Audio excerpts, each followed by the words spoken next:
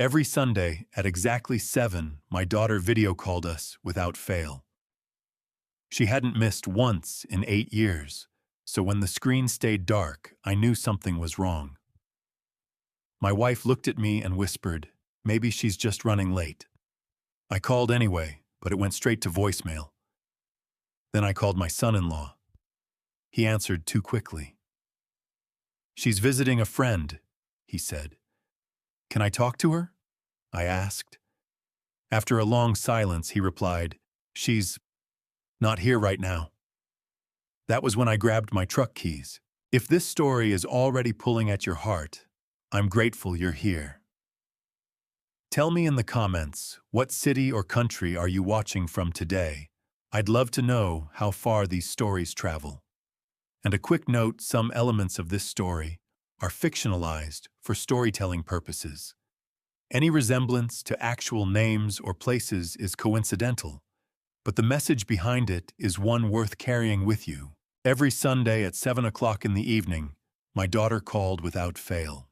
For 8 years, that video call came in like the tied, steady, reliable something I'd built my whole week around, without ever realizing it.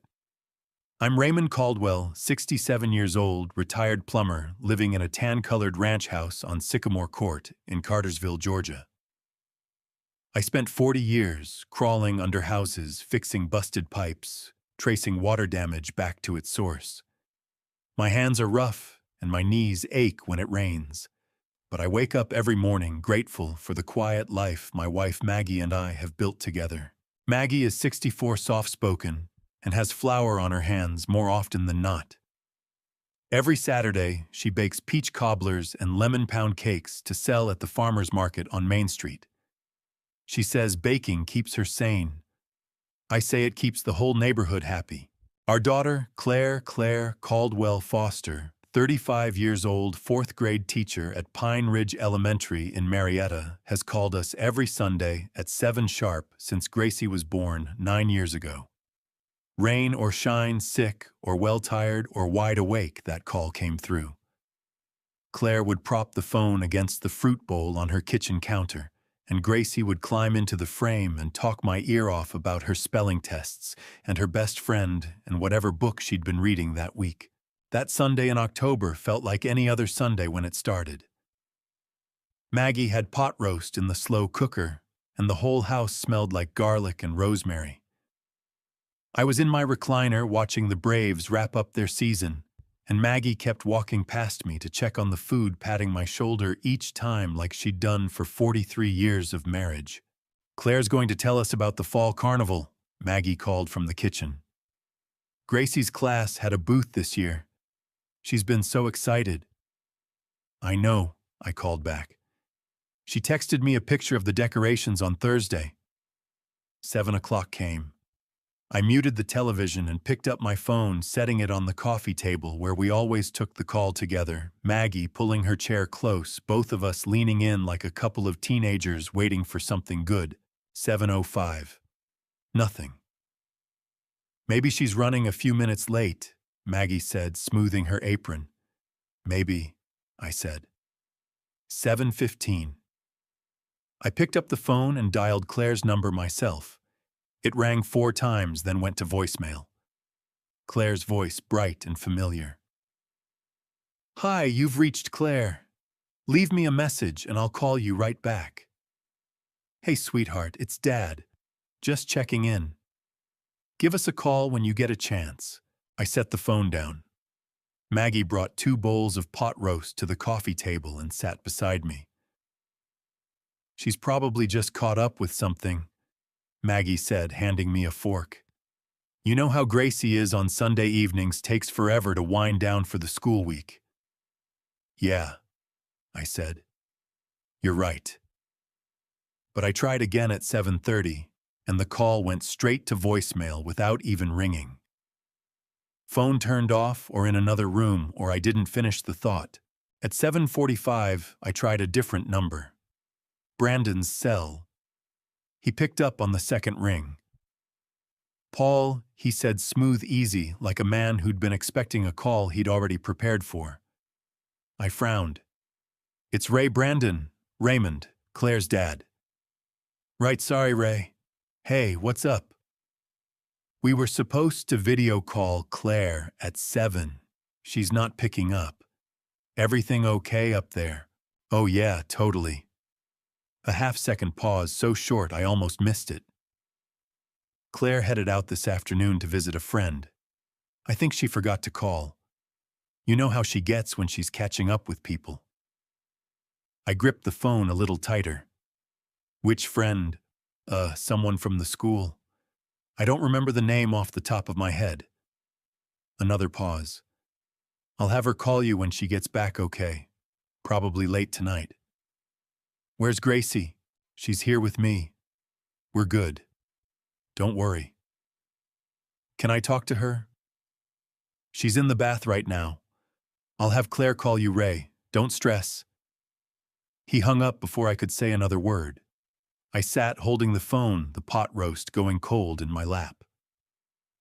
Maggie was watching me the way she does when she already knows something is wrong, but hasn't said it out loud yet. What did he say? She asked. He said Claire went to visit a friend. Maggie's fork paused over her bowl. Which friend? He didn't know the name. She set the fork down completely. Claire tells us everything, Ray. She would have mentioned a Sunday trip. I know. And she would never miss the call without texting first. Not once in 8 years. I know Maggie. I looked at the phone in my hand, then at the dark television screen, then at the front door, like I was already thinking about getting in the truck. In 40 years of plumbing, I learned one thing above everything else. A pipe doesn't just stop flowing without a reason. Something blocks it, something breaks it, something goes wrong upstream. You don't ignore the silence. You trace it back to the source. I'm going to call again in an hour, I said. If she doesn't pick up, I'll figure out the next step in the morning. Maggie nodded, but her hands were wrapped tight around her bowl knuckles pale, and neither one of us touched our food again. The clock on the microwave read 2:14 in the morning when I finally gave up pretending I was going to sleep. I'd lain in bed for 3 hours, staring at the ceiling, while Maggie's breathing evened out beside me. She'd fallen asleep with her hand resting on my arm, the way she does when she's worried, but doesn't want to say so out loud. I'd waited until I was sure she was deep under, before I eased out from under the covers, pulled on my flannel shirt, and padded down the hall to the kitchen in my socks. I put a pot of coffee on the real kind, not the decaf Maggie had been trying to switch me to since my last checkup, and sat down at the kitchen table with my phone in front of me. No missed calls, no texts, nothing from Claire. I tried her number one more time. Straight to voicemail, same as before. I didn't leave a message this time. Just sat there listening to her voice on the recording. Hi, you've reached Claire. Leave me a message and I'll call you right back, and let it run all the way to the beep before I hung up. The kitchen was quiet, except for the coffee maker gurgling and the hum of the refrigerator. On the wall above the stove, there's a framed photo Maggie put up years ago. Claire at maybe 8 years old, sitting on a stack of PVC pipe in my old work truck, wearing my hard hat and grinning so big her eyes had nearly disappeared. I looked at that photo for a long time. She used to come with me on jobs during summer break. Not to help she was too young for that, but because she hated staying home alone, and I didn't have the heart to say no. She'd sit in the truck or perch somewhere safe and ask me questions the entire time. Why does water pressure drop when 2 faucets run at once? Why does the hot water take so long to reach the upstairs bathroom? Why does a pipe make that knocking sound at night? Because hot water expands the pipe, I'd tell her. And when it cools down, the pipe contracts. That knocking sound is the pipe settling back into place. She'd nod like I'd handed her something valuable. So it's just talking, she said once. The house is just talking. Something like that, I'd said. She became a teacher instead of a plumber. Said she wanted to explain things to people the way I'd explained things to her. I told her that was the finest reason I'd ever heard for choosing a profession. The coffee finished brewing, and I poured myself a mug, then sat back down and let my mind go to the place I'd been keeping it away from all evening. Brandon Foster. I'd never warmed to the man. Not in 10 years of Sunday dinners and Christmas mornings and Gracie's birthday parties. He was handsome in a way that felt rehearsed, the kind of man who always seemed to be performing for an audience even when the room was empty. He sold real estate, which I'd always thought suited him. He was good at making things look better than they were. Claire loved him. Or she had in the beginning. But over the last year, maybe longer if I was honest, something had shifted in her voice on our Sunday calls. She still laughed, still asked about the garden and Maggie's baking and whether I'd fixed the leak in the garage, but underneath all of that, there was a tightness that hadn't been there before. Like a water line running at too much pressure. You can't always see it from the outside, but you can hear it if you know what to listen for. 3 months ago, during a call in July, I'd asked her directly, "You doing okay, sweetheart? You sound tired." "I'm fine, Dad," she'd said a little too quickly. "Just a long week." I hadn't pushed. Maybe I should have. And then there was the visit last month. I'd driven up to Marietta on a Saturday to help Claire install a new showerhead. Brandon had apparently tried to do it himself, and cross-threaded the fitting, which told me everything I needed to know about the man's competence with anything practical. While I was working under the bathroom sink, Claire had leaned in the doorway to talk to me, and I'd noticed a yellowing bruise on the inside of her right wrist. She'd caught me looking and pulled her sleeve down fast. "Bumped into a cabinet," she'd said, smiling. I'd let it go. The thought of it now at 2 a.m. with cold linoleum under my socks made my stomach turn over hard. "Ray." Maggie's voice came soft from the hallway. She appeared in the kitchen doorway in her bathrobe. Hair loose around her shoulders, eyes heavy with interrupted sleep. "Come back to bed, honey." "Can't sleep," I said. She came and sat across from me, reaching over the table to put her hand on mine. Her fingers were warm. "You're thinking about Brandon," she said. It wasn't a question. "I'm thinking about Claire," I said. "She's fine," Maggie said, but her voice wobbled just slightly on the last word, and we both heard it. Maggie. I turned my hand over and held hers properly. "If I call Pine Ridge Elementary first thing in the morning, and they tell me Claire took a personal day, a planned absence, a leave request, anything official, I will let this go. I will sit here and drink my decaf and wait for her to call." Maggie's fingers tightened around mine. "And if they say she didn't," I looked at the photo of Claire in my hard hat on the kitchen wall. 8 years old, grinning like the world was a puzzle she couldn't wait to solve. "Then I'm getting in the truck," I said. Maggie didn't argue. She just held my hand tighter, and we sat together in the quiet kitchen while the coffee went cold between us, waiting for morning to come. The sun was barely over the tree line when I heard Maggie moving around in the kitchen. I dozed off somewhere around 4 a.m, chin against my chest and the recliner phone still in my hand. By 6:30, I was up, face washed, coffee poured, sitting at the kitchen table watching the clock, the way I used to watch a pressure gauge on a tricky job, steady, patient, waiting for the needle to move. Maggie set a plate of toast in front of me without a word. I ate 2 bites. She ate none of hers. At 7:55, I picked up my phone. "Pine Ridge opens at 8, I said. "I know," Maggie said. She sat down across from me and folded her hands on the table like she was bracing for something. At 8 o'clock exactly, I dialed the school's main number. It rang twice before a woman picked up, her voice bright and practiced. "Pine Ridge Elementary, this is Carol speaking. How can I help you?" "Good morning, Carol. My name is Raymond Caldwell. My daughter is Claire Foster. She teaches 4th grade. I'm trying to confirm she put in a leave request for this week." A short pause. Keys clicking in the background. Foster. Claire Foster, yes. Let me just pull that up for you. More clicking. Then a longer pause, the kind that made my jaw tighten. Sir, I'm showing that Mrs. Foster has been absent since last Wednesday, but I don't have any leave request on file. No personal day, no sick leave, nothing submitted through the system.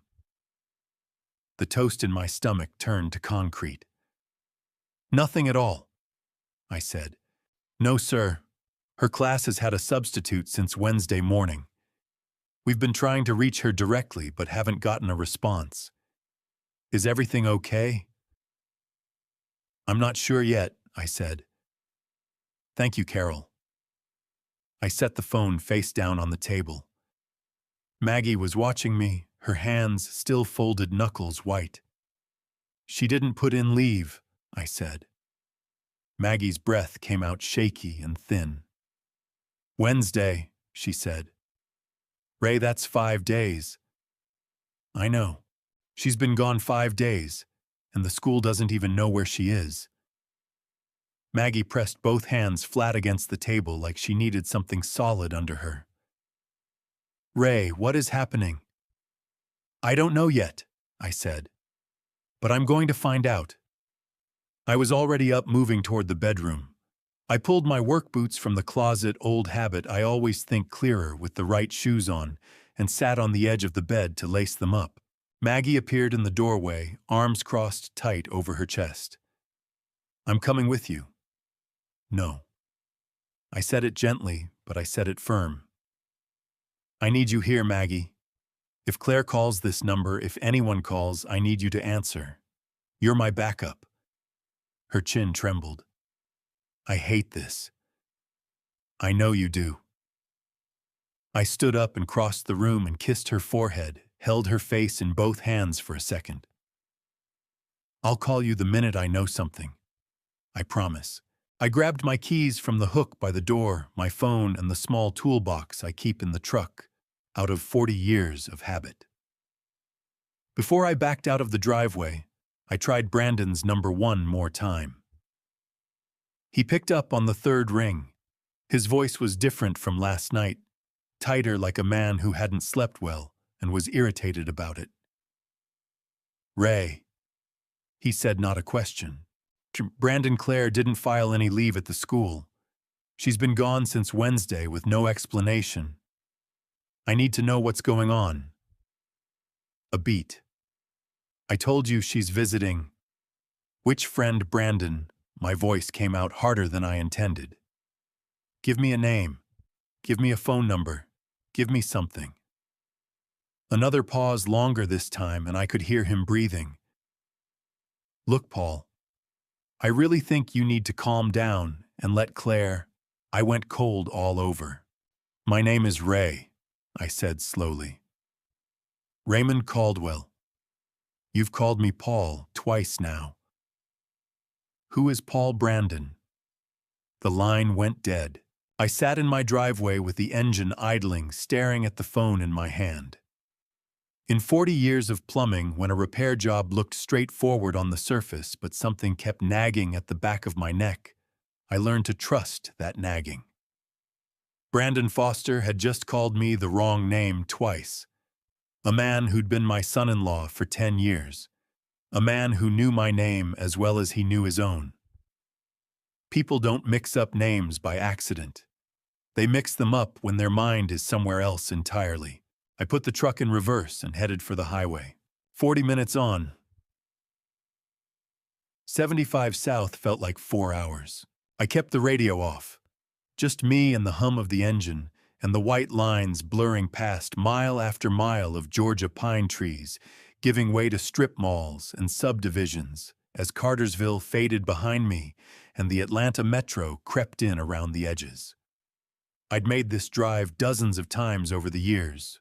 Birthdays, Thanksgivings, the Saturday last spring when Claire's kitchen faucet started leaking behind the wall and Brandon's solution had been to put a bucket under the cabinet and call it fine. This time the drive felt different. Every stoplight felt like a waste of time I didn't have. I turned onto Birchwood Lane at 9:27 by the clock on my dash. It's a quiet street ranch, houses set back from the road, big oak trees dropping leaves across the sidewalks, the kind of neighborhood where people put American flags on their porches and wave at the mail carrier by name. I'd always liked it. Felt like a good place to raise a kid. I slowed the truck as I approached number 224. The house sat still and closed in a way that made my chest tighten immediately. Every curtain pulled. Front porch light still on from the night before, burning pale in the morning sun. And in the driveway, Claire's blue Honda Civic parked exactly where it always sat. I pulled to the curb across the street and cut the engine. Claire's car was here. Brandon had told me she drove to visit a friend out of town, but her car hadn't moved. My heart knocked hard against my ribs as I climbed out of the truck. I stood on the sidewalk for a moment, looking at the house the way I used to look at a job site before I started taking stock. Reading the details, noticing what didn't add up. 3 newspapers lay on the front walkway, their plastic sleeves dark with morning dew. Wednesdays, Thursdays, Fridays. Nobody had picked them up in 5 days. The flower box under the front window, Claire filled it with yellow mums every October, tended them every single morning, was wilted brown, every stem drooping over the edge, like something that had given up waiting. Claire watered those flowers every day without fail. She told me once it was how she started her mornings. A little bit of routine, she said, keeps the whole day steady. I walked across the street and up the front path. Knocked 3 times solid. The sound echoed in the quiet neighborhood, and a dog barked somewhere down the block, but nothing moved inside the house. Claire.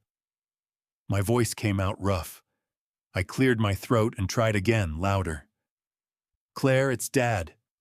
Open the door. Nothing. I knocked again, harder, my knuckles stinging against the painted wood.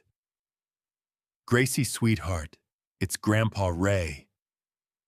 The dog down the street kept barking. A squirrel ran across the gutter overhead. Inside the house, nothing. No footsteps, no voices, no television. I stepped off the porch and walked around to the garage. The side door was locked. I cupped my hands against the small window and looked in. Claire's Civic sat in the near bay. The far bay was empty. Brandon's black Chevy Tahoe was gone. I went back to the front door and stood there with my hand in my jacket pocket, fingers closing around my keyring. 2 years ago, when Claire and Brandon had replaced all the locks after a neighbor's house got broken into, Claire had pressed a spare key into my hand at Sunday dinner. Just in case, Dad, she'd said quiet enough that Brandon couldn't hear from the living room. You never know. I'd put it on my key ring that same night and never taken it off. I slid the key into the deadbolt. It turned smooth and clean, and the door swung open. The smell hit me first, stale air, the particular staleness of a house that had been shut up tight for days with the heat running. Underneath it, something else. Takeout food gone cold, the faint, sour edge of a trash can that needed emptying. The living room looked almost normal at first glance.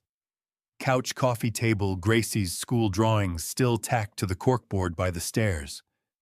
But I'd been in enough houses over the years to know when something had been straightened in a hurry. The throw pillows were lined up too perfectly. The magazines on the coffee table were stacked at a precise right angle, the kind of precise that comes from someone trying too hard. A single crayon purple, Gracie's favorite color, lay on the carpet near the base of the couch, too far from the coffee table to have just rolled there. I moved to the kitchen. The sink held 2 days of dishes crusting over in the basin. The counters had been wiped down recently. I could smell the cleaning spray, but whoever wiped them had done it fast and missed the corner by the stove. I opened the refrigerator. Beer. Leftover Chinese food in white containers. A half-gallon of milk with an expiration date of last Wednesday. No juice boxes, no Go-Gurt, No grapes or apple slices in little snack bags, with Gracie's name written on them in Claire's handwriting. Nothing a 9-year-old girl would eat. I stood in the middle of that kitchen, with the refrigerator humming behind me, and something cold and heavy settling into my chest. Then I looked down. Under the sink where I'd installed new shut-off valves for Claire 2 summers back was the household water meter, a small analog gauge, the kind that measures flow through the main line.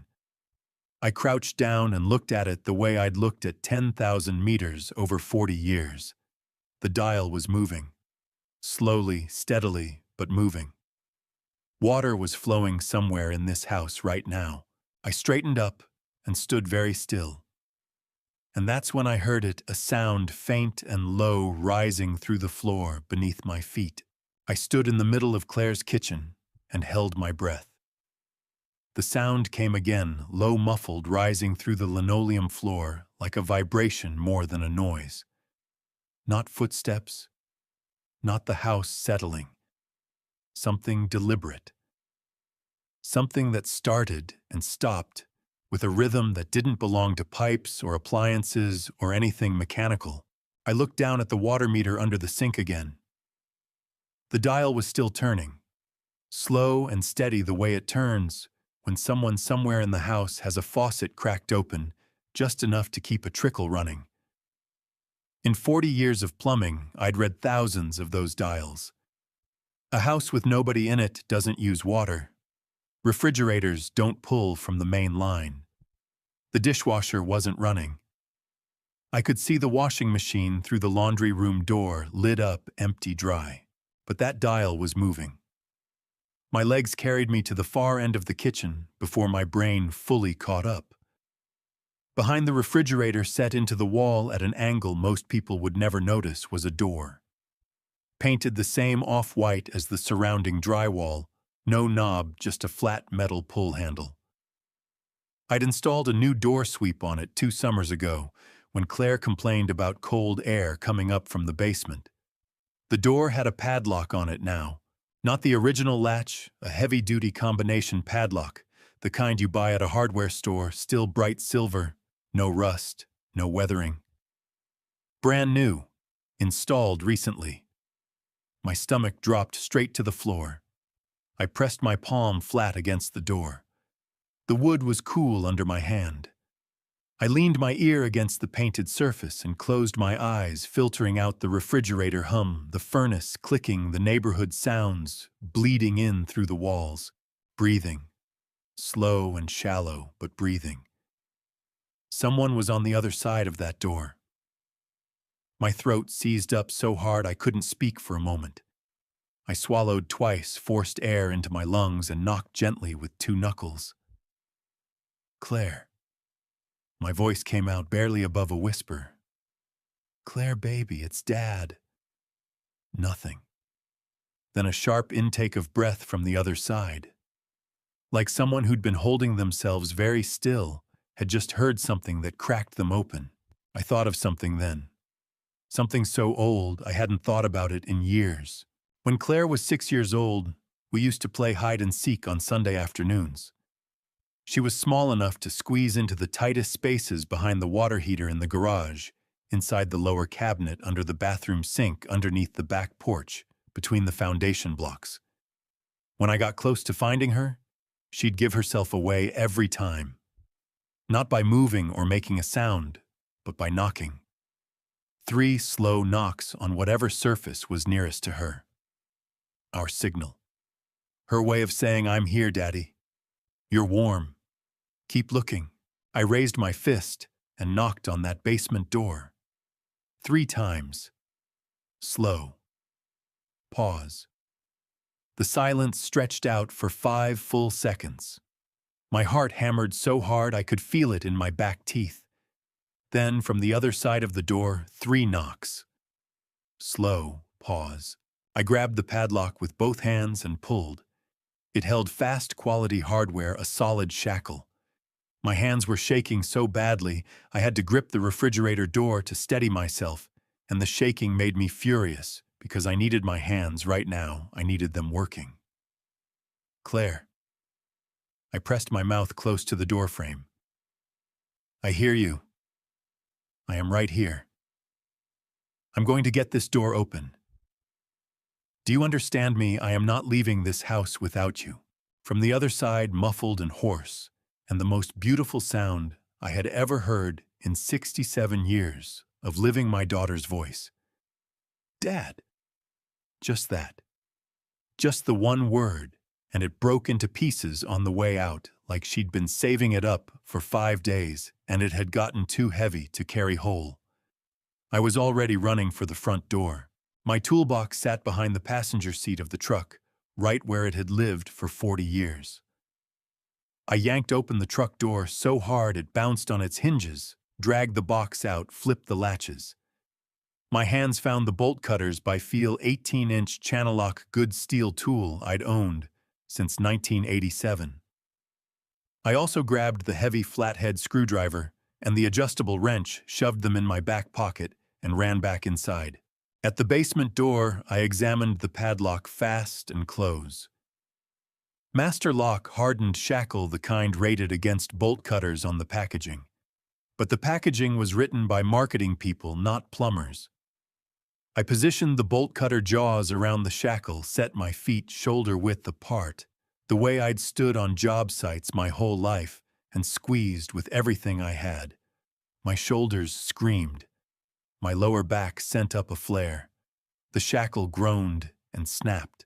The padlock hit the kitchen floor with a sound like a gunshot and bounced twice before spinning to a stop against the baseboard. I grabbed the pull handle and wrenched the basement door open. The smell came first. Damp, concrete, old wood, the particular staleness of a space that had been sealed up tight with not enough air cycling through. And underneath all of it, something that made my chest cave in completely. The faint chemical smell of a portable camping toilet, the kind you buy at Bass Pro Shops for hunting trips. Someone had thought to give her that much at least. I hit the light switch at the top of the stairs. A single bare bulb flickered on, throwing weak yellow light down the wooden steps. Claire. My voice cracked down the middle. I'm coming down. Dad. Her voice floated up from the far corner, rough and papery like dry leaves dragged across concrete. Dad, please hurry. I went down those stairs faster than a 67-year-old man with bad knees should move, gripping the railing so hard the wood bit into my palm. The basement was unfinished concrete floor, exposed joists overhead, the water heater and furnace taking up the near wall. A camping lantern sat on the floor in the far corner, its battery light throwing a pale blue circle. And in that circle, sitting with her back against the concrete wall, knees pulled to her chest, was my daughter. Claire's hair was tangled and matted at the back, where she'd been lying against the wall. Her face was pale in a way that had nothing to do with the bad lighting, a grayish, papery pallor that comes from 5 days without proper food or sunlight.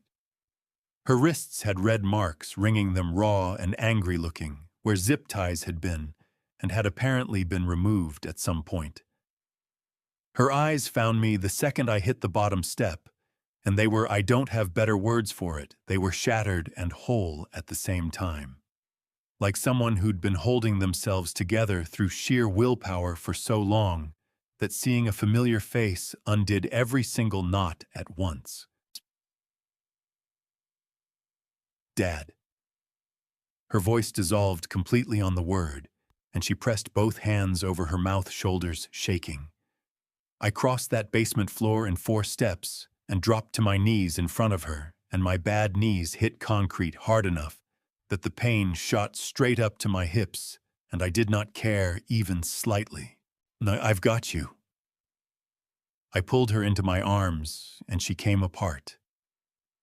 Not quietly, she sobbed out loud, the kind of crying that has been dammed up too long and comes out jagged and convulsive, her whole body shaking against my chest. Her fingers dug into the back of my flannel shirt and held on with a grip that surprised me because she felt so thin, but her hands were desperate strong. I've got you, sweetheart. I've got you. You're safe. He's not here. You're safe. I heard you. She choked out against my shoulder. I heard you walk in upstairs. I heard the refrigerator open. I tried to make noise, but I was so scared he'd come back. I didn't know if it was you or... She couldn't finish the sentence. It's me, I said. It's just me, nobody else. I held her and let her cry, and didn't say anything else for a long moment. Just kept one hand on the back of her head, the way I had when she was small and had nightmares, and felt her breathing slowly begin to even out. Then I pulled back enough to look at her face properly. Her lips were cracked and dry. A healing scrape ran along her left cheekbone. Her eyes were sunken, the skin beneath them bruised, dark purple with exhaustion. How long? I asked. My voice came out steadier than I felt. How long has he had you down here? Since Wednesday night. She wiped her face with both hands, wincing when her palm passed over the scrape. He came home with someone. A woman. They were arguing in the kitchen, and then he came down here and She stopped jaw working. He said he needed me to sign some papers about the house. I said no, and he put me down here. He said it would only be a day or two until I changed my mind. What papers? Transfer papers. He wanted to put the house in his name only. Her voice hardened around the edges, grief crystallizing into something sharper. I told him I'd call a lawyer. That's when he locked the door. I brushed the hair back from her face with both hands, the way I'd done 1,000 times when she was small. My eyes were burning, and I was not going to cry yet, because I needed to stay functional for the next 10 minutes. Okay, I said. Okay, can you walk?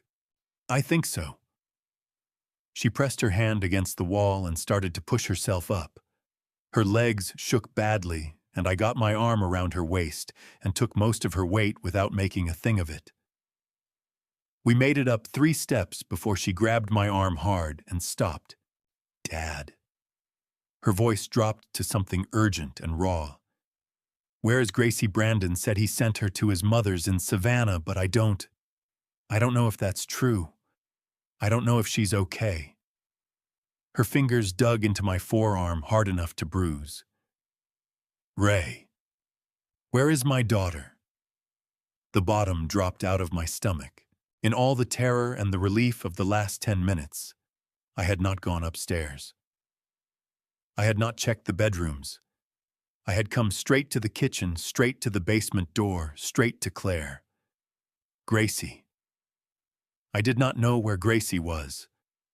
I looked at my daughter's face, the desperation cracking through the exhaustion, the way her whole body had gone rigid, waiting for my answer, and I said the only true thing I had.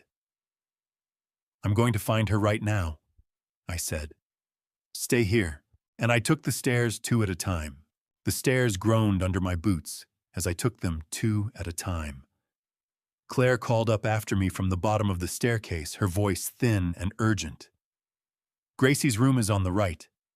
The door with the butterfly sticker on it. I already knew which door.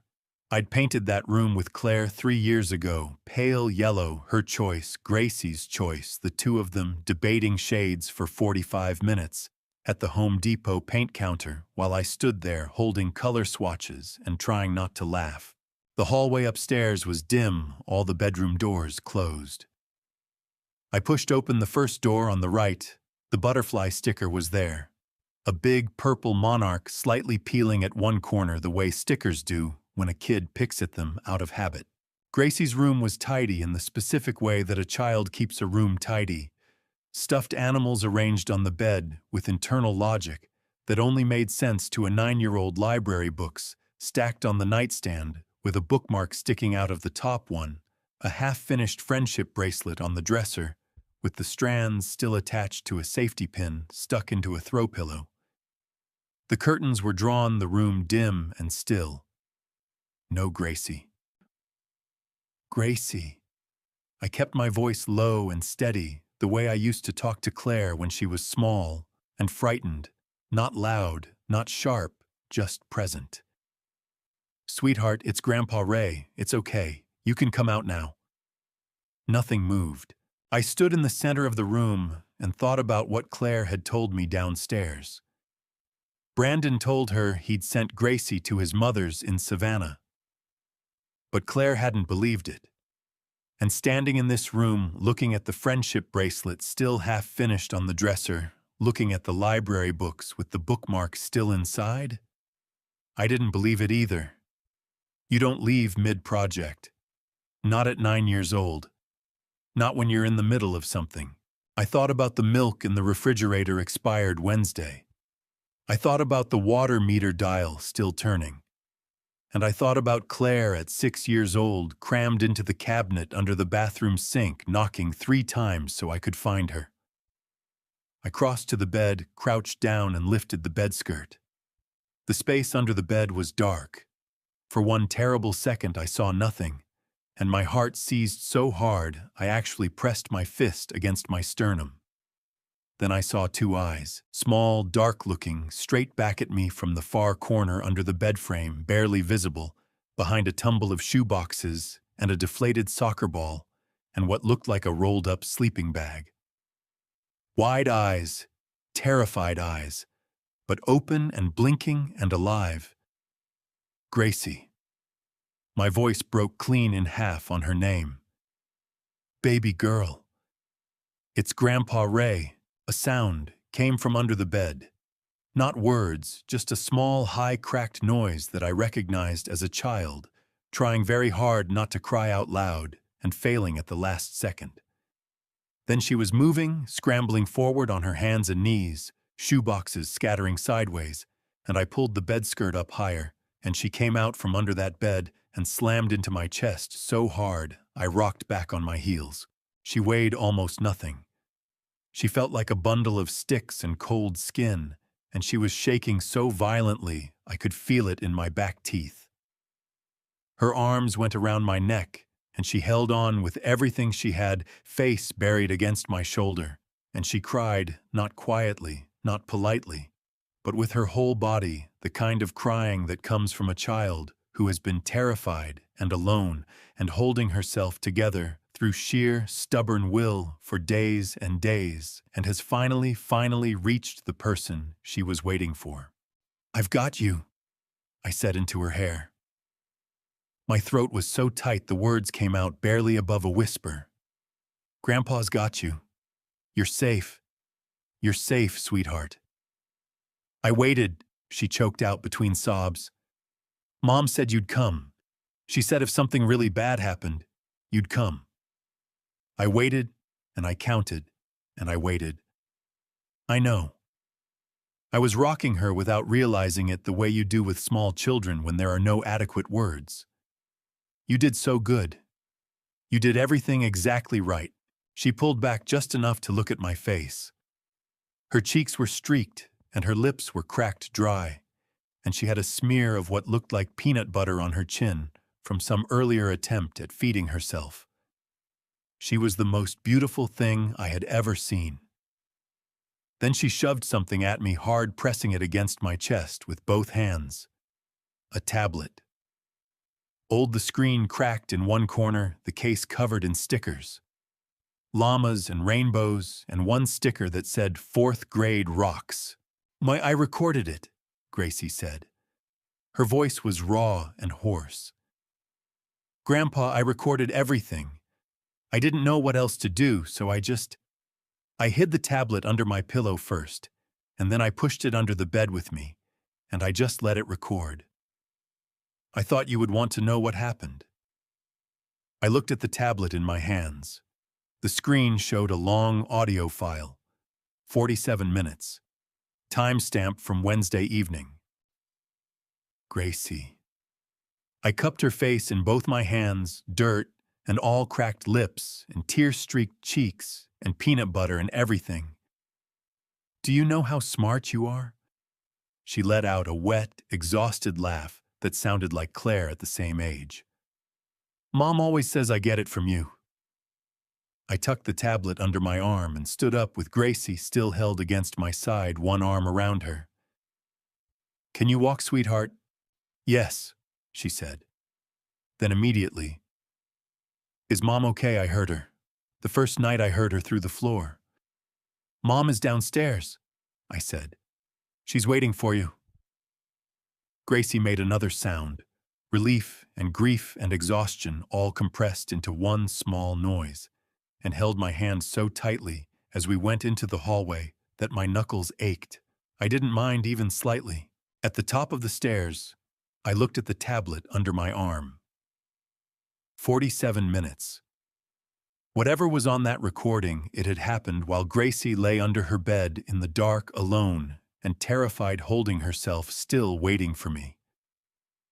I pulled out my phone and dialed 911. The 911 dispatcher's voice was calm and professional, the way they train them to be. 911, what is your emergency? I need an ambulance at 224 Birchwood Lane in Marietta, I said, keeping my voice level while Gracie pressed against my side on the staircase. I have 2 people here, an adult female and a child 9 years old, both showing signs of dehydration and malnutrition. They've been confined without adequate food or water for approximately 5 days. A pause. Keys clicking. Sir, are they conscious and breathing? Yes. Both conscious, both breathing. No immediate life-threatening injuries that I can see, but they need medical attention now. Units are on the way. Stay on the line with me, sir. Can you tell me your name? Raymond Caldwell. I'm the father and grandfather. Mr. Caldwell is the person who confined them still on the premises. No.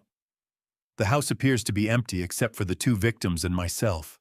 At the bottom of the stairs, Claire was sitting on the second step back against the wall, Gracie now pulled into her lap, with both arms wrapped around her. Claire was crying into the top of Gracie's head, rocking her slightly, and Gracie had her face buried in her mother's neck, and her small shoulders were heaving. I sat on the step beside them and put my arm around Claire's shoulders, and just stayed there, the 3 of us on those stairs together, while I kept the dispatcher on the line, and watched my daughter hold her child, and thought, you're both alive. You're both here. Everything else can wait. The ambulance arrived in 11 minutes. I counted. 2 paramedics came through the front door. I'd left open a young woman with her hair pulled back, and a heavy-set man who moved with the calm efficiency of someone who'd been doing this a long time. They assessed Claire first, then Gracie, their movements practiced and precise, calling out numbers to each other in the shorthand of people who work emergencies for a living. Moderate dehydration, the woman said, fitting a blood pressure cuff around Claire's arm. BP is low. She needs fluids. The little one's the same, the man said, checking Gracie's pulse at her wrist. Heart rate's elevated. How long did you say they were down there? 5 days, I said. Claire was in the basement. Gracie was upstairs in her room, hiding under the bed. The man looked at Gracie with an expression that went briefly visibly soft before the professional mask came back. Under the bed, all by herself. She was waiting for me, I said. They loaded Claire and Gracie into the ambulance together, I asked. And the young paramedic said yes without hesitation, bending the protocol without making a thing of it, and I was grateful to her for that in a way I couldn't properly express. I rode in the front while they worked in the back, and I called Maggie. She picked up before the first ring finished. Ray. Her voice was wound so tight it could have snapped. Ray, what's happening? I've been sitting here for... I found them, I said. Maggie, I found them. They're both alive. We're in the ambulance going to Wellstar Kennestone right now. The sound Maggie made then, I don't have words for it. It was not a word or a sentence. It was 43 years of marriage compressed into one exhale, grief and relief and love all tangled together into something that hurt to hear. I'll be there, she said, voice cracked wide open. I'm leaving right now. Don't you move, Raymond Caldwell. Sristu, I'm not going anywhere, I said. At Wellstar Kennestone Hospital, they were ready for us. Claire and Gracie were taken straight through to the emergency bay, IV lines going in monitors, beeping a pediatric nurse appearing from somewhere specifically for Gracie, and talking to her in a low, cheerful voice about what flavor of popsicle she wanted while she worked. I stood against the wall and watched them and breathed. I was still standing there 20 minutes later when a man in a gray sport coat came through the ER doors and stopped at the nurse's station, showing credentials. He was somewhere in his mid-40s, broad through the shoulders, with the look of a man who'd seen enough difficult things that his face had settled into a permanent expression of careful attention. He scanned the room, found me, and walked over. Mr. Caldwell. He extended his hand. Detective Sam Pruitt, Cobb County. I caught the call from the ambulance dispatch. Can we talk? I shook his hand. You can ask me whatever you need. Pruitt pulled out a small notebook, uncapped a pen. Tell me what you found at the house. Everything start to finish. I told him. All of it, the water meter, the padlock, the knock signal, the basement, Claire's condition, Gracie under the bed, the tablet. Where is it now? He asked. I pulled it from my jacket pocket and held it out. 47 minutes of audio, recorded Wednesday evening. Pruitt looked at the tablet the way a man looks at something that might change everything. He reached for it carefully, then stopped. You haven't listened to it yet. No, I said. I was a little busy. My phone rang. I looked at the screen. Brandon Foster. My jaw tightened so hard my back teeth ached. Pruitt saw my face and raised one hand, wait. He pulled out his own phone and opened a recording app, held it close to mine, and nodded. I answered and put it on speaker. Brandon, I said. His voice came through sharp and hard. All the smoothness from Sunday night burned away completely. What did you do? That's my house, Ray. You had no right to go in there. Claire is my wife and Gracie is my daughter, and you had absolutely no right. Your wife, I said carefully, is currently receiving intravenous fluids in the emergency room at Wellstar Kennestone. Your daughter was hiding under her bed for 5 days, eating crackers and drinking from the bathroom sink. Dead air. 3 full seconds of it. Then Brandon's voice came back, and it had changed again, flatter, now calculated, a man recalibrating. I want to talk to my lawyer. He did not ask if Claire was okay. He did not ask if Gracie was frightened. He did not ask what hospital, which room, how serious. He asked for his lawyer. Pruitt was already writing in his notebook, and the look on his face told me everything I needed to know about where this was going. Before I press play on that 47-minute recording, and trust me, what Brandon said on it will shock you, drop a number in the comments right now. Any number. Just so I know you're still here with me. And a quick note, the story ahead contains some fictionalized elements. If that's not for you, this is a good place to step away. No hard feelings. Pruitt led me to a small consultation room at the end of the ER hallway, the kind of room hospitals keep for difficult conversations, with 2 chairs, a small table, and a box of tissues nobody wanted to acknowledge was there. He set the tablet on the table between us and looked at me. You sure you want to hear this? She's my daughter, I said. Play it. Pruitt tapped the audio file. The recording opened with silence, then the muffled sound of fabric shifting, a small, careful exhale, and Gracie's voice barely above a whisper. I'm under the bed. I'm really scared. Mom said wait for Grandpa Ray, so that's what I'm doing. My throat closed so completely I couldn't have spoken if I'd tried. I pressed my fist hard against my mouth and kept my eyes on the table. The recording continued. Gracie's breathing, slow, controlled, a 9-year-old, trying very hard to be quiet and still. Then, after several minutes, the sound of a door opening somewhere in the house. Footsteps on hardwood. 2 sets. A woman's voice came through the tablet speaker, sharp and tense. "Brandon, this is insane. We cannot just leave her down there." Brandon's voice smoother than I'd heard it in years. The real estate agent voice, the voice designed to make people feel like everything was fine. "Tara, I need you to calm down, okay? This is temporary." Temporary.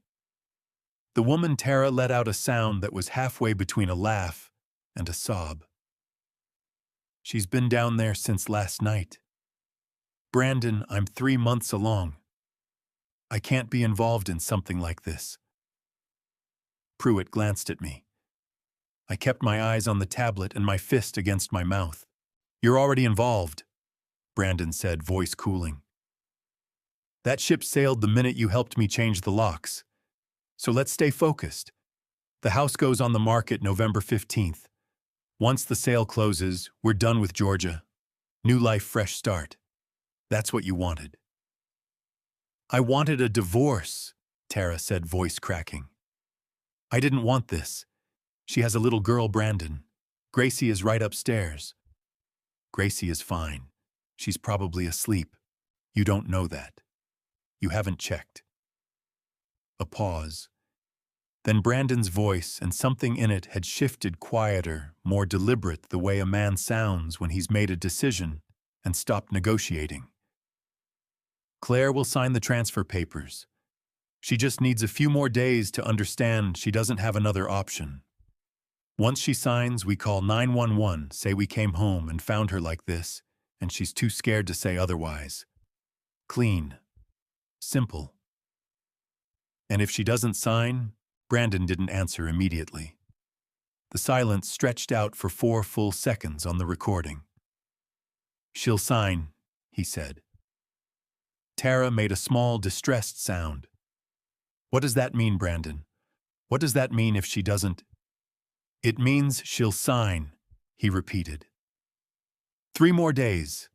Then we move to the next step and report her missing. By the time anyone starts asking real questions, we're in Colorado, and the money's already moved. The recording continued for another 30 minutes. Tara pacing Brandon on his phone, a brief argument about dinner that felt so absurdly ordinary against everything else that it turned my stomach. Then footsteps heading toward the front door. The sound of a car starting in the driveway. Then silence, long and complete, broken only by Gracie's breathing under the bed, and once very faintly, a sound that might have been Claire knocking on the basement ceiling from below. Pruitt stopped the recording. The room was very quiet. I became aware that my hands were shaking, both of them flat on the table, trembling steadily, like I was running a current. I pressed them down harder and breathed through my nose. "He knew Gracie might be in the house," I said. My voice came out low and scraped raw. "Tara told him, and he said she was fine. He didn't check. He left her up there and walked out the front door." "Yes," Pruitt said. "He was going to move Claire somewhere else in 3 days." I looked up at him. "I got there 1 day before that." Pruitt held my gaze steady. "Mr. Caldwell, what you found today, the padlock, Claire's condition, this recording combined with Brandon's behavior on that phone call, that's enough for an arrest warrant on kidnapping and unlawful imprisonment charges. I'm going to step out and make some calls." He stood, then paused. "You did good today." "Real good." He left. I sat alone in that small room with the tablet on the table, and my shaking hands pressed flat, and thought about 3 more days. 1 day earlier, and Brandon would have moved her. 1 day later, and I would have been too late. I was still sitting there when my phone buzzed with a text from Maggie. "Ray. Someone just texted my phone from a number I don't know. I don't understand what's happening. Please come out here." I found Maggie in the main waiting area near the ER entrance. She was standing by the window with her back to the room, both arms wrapped tight around herself, not the comfortable crossed arms of someone thinking, but the specific posture of a person trying to hold themselves together from the outside in. She'd driven 40 minutes from Cartersville, in what must have been record time. She still had her house keys in her hand, gripped so hard, the teeth were probably drawing marks into her palm.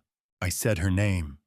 She spun around and grabbed my arm with both hands before I could say anything else, the keys digging into my jacket sleeve, her eyes red-rimmed, and her face a pale I hadn't seen since her mother passed 11 years ago.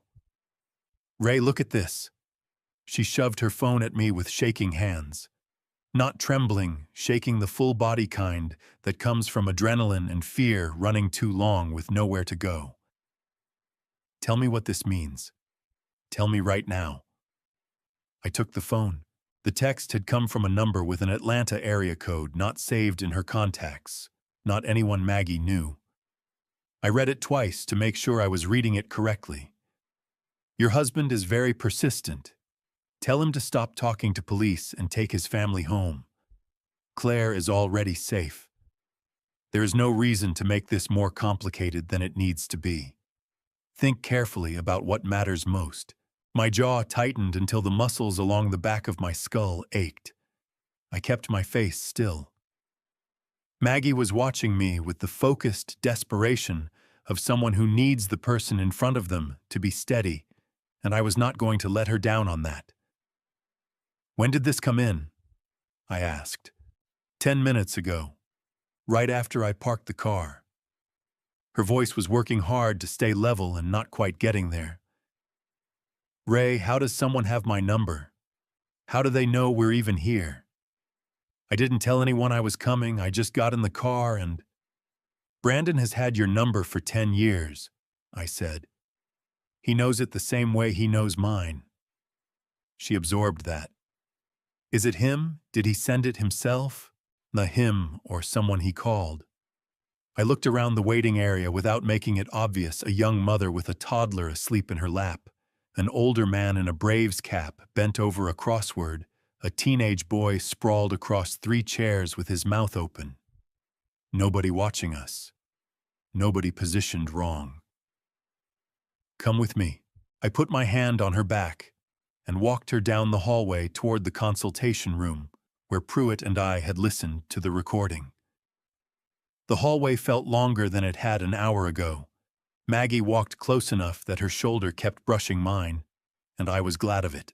Pruitt was coming through the door from the opposite direction when we arrived, phone in hand, expression focused, in the way that told me he'd been making calls, and the calls had produced results.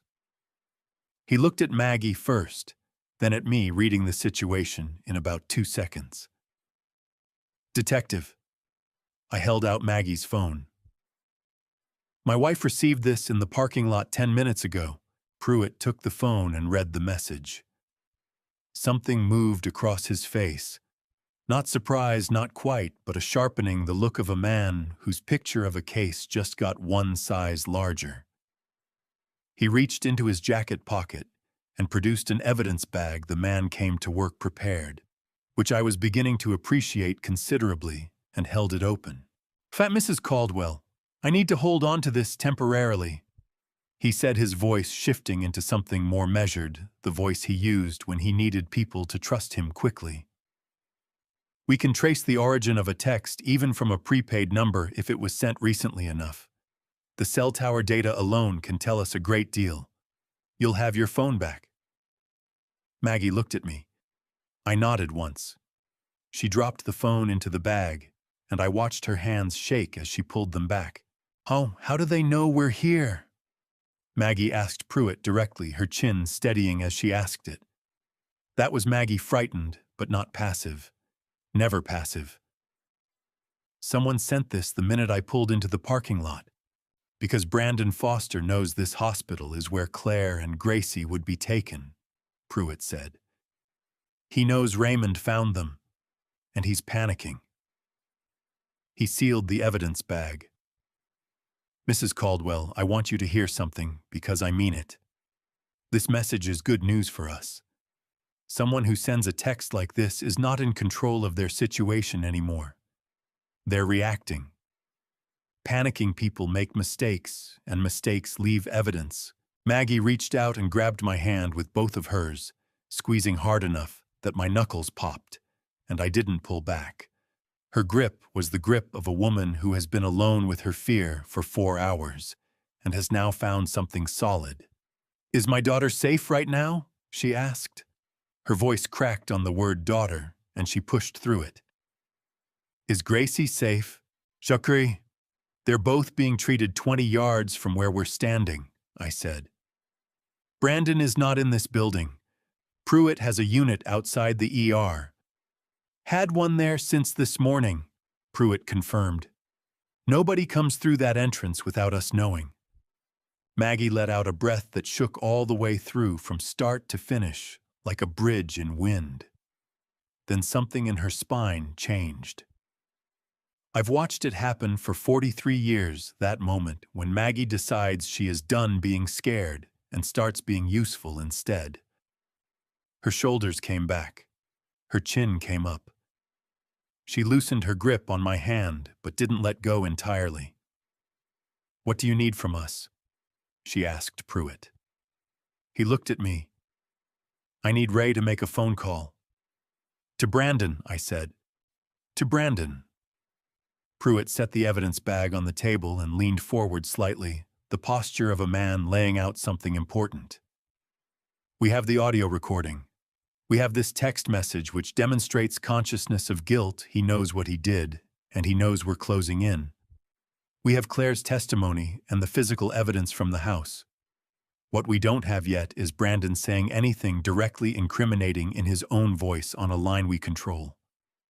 He paused. "If he does, and men who are panicking usually do, because they can't help themselves, it closes the last gap in the arrest warrant cleanly. No room for a defense attorney to maneuver." "I know that's a significant thing to ask," Pruitt added, and his voice had gone quieter, less detective, and more human. "Talking to him after everything today, I want you to know you can say no." "It's not hard," I said. "It needs doing." Maggie's hand tightened on mine again. "Ray." Just my name, said the way she's said it for 43 years when she's worried about me and doesn't want to say so directly. I turned to face her properly, took both her hands in mine. She was trembling fine and continuous the way a wire trembles under load, too much current running through something built for less. I held on firm and let her feel that I was steady. "Maggie." I waited until her eyes found mine. "They left our granddaughter under a bed for 5 days. She ate granola bars one at a time and crawled to the bathroom in the dark so she could drink from the faucet and not make noise. They locked our daughter in a concrete basement with a camping lantern and a padlock on the door and walked away." I kept my voice even, not cold, just certain. "Whatever Brandon says to me on that phone call, I can handle it. That is not the hard part of today." Her chin shook. Her eyes filled all the way and spilled over 2 tracks running down her cheeks that she didn't wipe away. Then she nodded once sharp, the way Maggie nods when she's made a decision and means it, and let go of my hands. Pruitt was already moving. He set a digital recorder on the table and pressed record, then pulled out his own phone and opened a second recording app as backup, positioning both devices where they'd catch the call clearly. 2 recordings, 2 devices, thorough, man." He looked at me and nodded. I picked up my phone. Brandon's name was still in my contacts, exactly where I'd put it 10 years ago, the night after he and Claire got engaged, when I'd driven home from dinner and sat in the driveway and made a deliberate decision to give the man a fair chance. I'd typed his name in as Brandon Clares and told myself that was enough reason. I looked at those 2 words on my screen for a moment. Then I pressed call. Maggie stood across the table from me, both hands pressed flat against the surface, eyes on my face. Pruitt stood to my left, completely still, watching the recorder. The line rang once, rang twice, and I made myself breathe slowly, made myself settle my shoulders the way I used to settle them before a difficult job, not tense, not braced, just present and ready, and I did what needed doing. Brandon picked up on the second ring. Ray. His voice was careful and flat, the particular flatness of a man who has rehearsed how much he's going to say and is holding everything else behind his back teeth. Not surprised I'd called. Ready for it. That told me something right there. Brandon. I kept my own voice easy the way I used to keep my hands loose and steady when I was working on a pressurized line. You don't grip too tight. You don't rush because one wrong move and the whole thing blows and you're dealing with something much worse than what you started with. I think we got off on the wrong foot this morning. I'm calling to clear the air. A pause. Just long enough. Clear the air, he repeated like he was tasting the phrase and deciding what it was made of. Claire and Gracie are at Wellstar Kennestone, I said. They're both being treated. They're going to be fine. I let that settle for a beat. I think there may have been a misunderstanding about what happened at the house. I'd like to hear your side of things. Across the table, Pruitt hadn't moved. Pen poised over his notebook, eyes on me, expression completely neutral. Maggie was standing against the wall by the door. I'd asked her to stay. She'd agreed without argument. And she was doing what she always does when she's frightened and determined at the same time, standing very still, arms at her sides, watching me work. The silence on Brandon's end stretched out long enough that I could hear him breathing. I could almost hear him calculating, running the numbers, measuring what I knew against what he thought I knew, trying to find the gap. I don't think this is a conversation we should be having without my attorney present, he said finally. Your attorney, I said. For a misunderstanding. Ray. Shaw. Claire told me about the basement, Brandon. I kept my voice quiet. No heat, no accusation, just a fact set down flat on a table between two men. She told me about the transfer papers. She told me about the padlock and about Wednesday night. Another pause. Longer.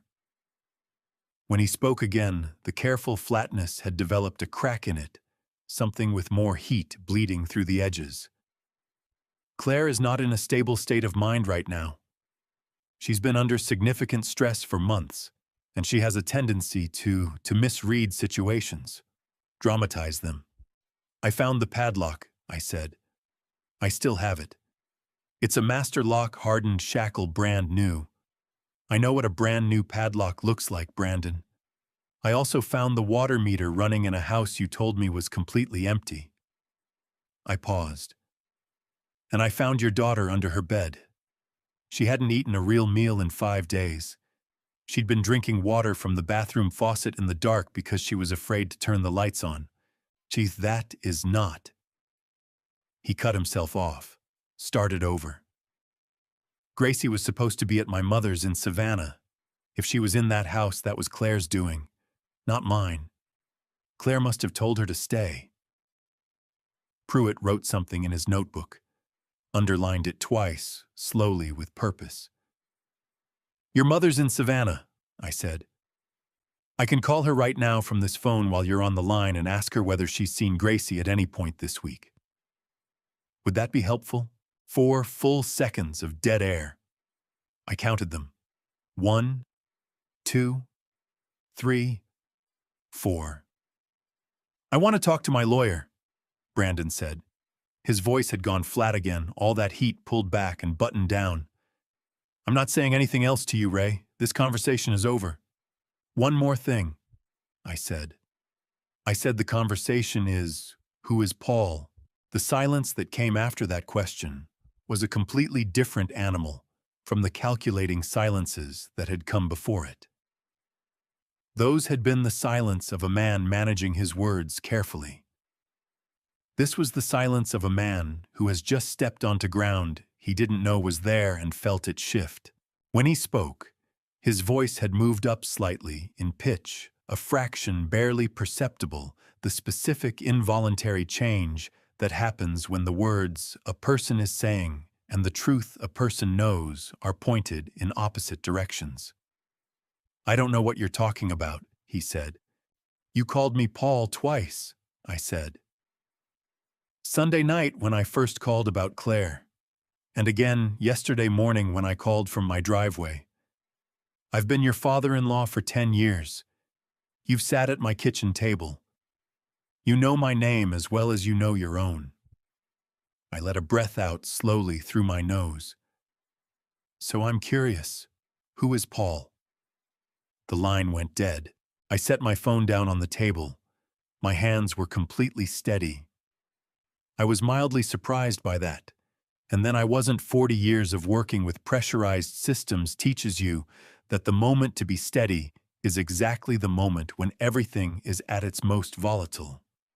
You don't get to fall apart until the valve is closed and the pressure is off. Pruitt set his pen down and looked at me across the table. On a less composed man, the expression might have been called satisfaction. On Pruitt, it was simply the look of a man whose work was going well. "That last part?" he said. "The name. That wasn't in our plan." "No," I agreed. He didn't answer it. "No," I said. He didn't. Pruitt picked up his own phone and made a call, turning slightly away from me. His voice dropping into the clipped, compressed shorthand of law enforcement, the way people talk when they've had the same kind of conversation.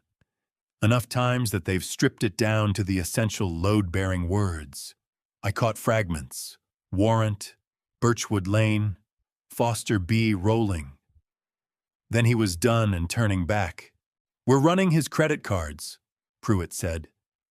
"Every card connected to his name or any known alias. If he uses one anywhere in the metro area, we'll have a location inside 20 minutes. He set the phone down. A man who spent months planning something just watched it fall apart in a single morning. People in that position make poor decisions. They act on instinct instead of strategy, and instinct leaves tracks. He paused, looked at me directly. "You did well on that call?" "Very well. My 40 years of telling homeowners their pipes were worse than they thought," I said. "You learn to stay calm when the other person isn't." Maggie made a sound from her place by the door, not quite a laugh, but the closest thing to one she'd managed all day. I looked over at her. Some of the color had come back into her face. Pruitt almost smiled. Almost. 17 minutes later, his phone rang. He listened for 40 seconds without speaking, said thank you, and ended the call. He looked at me. "Brandon just used his Visa card at a gas station on Highway 41 11 miles north of here," he said. "Units are on their way." I sat back in the chair and felt something loosen in my chest. Not all the way, not completely, but enough. The specific loosening that comes when a man has done what he came to do and can now allow the larger machinery to take over. I'd been a plumber for 40 years. I knew how to fix what was broken. I also knew that some systems were too big for one person, and you had to hand off to people with the right tools. This was that moment. "Tara," I asked. "If she's with him, they'll both be picked up at the same time," Pruitt said. "If not, she's already on our radar from the recording. She won't get far." He closed his notebook with a clean, final sound. "Mr. Caldwell, go be with your family. Claire and Gracie need you more than I do right now. The moment we have Brandon in custody, you'll hear from me directly." I stood up. My knees reminded me with considerable enthusiasm that I had dropped them onto a concrete basement floor approximately 4 hours ago. I put one hand on the wall for a moment and breathed. Ray. Pruitt used my first name for the first time, and something in his voice had come down a register, less the detective, more the man. "The fact that you drove up this morning instead of waiting one more day." He stopped, started again. It mattered. What you did today, it made the difference. I nodded because my voice was not going to be reliable if I tried to use it right then.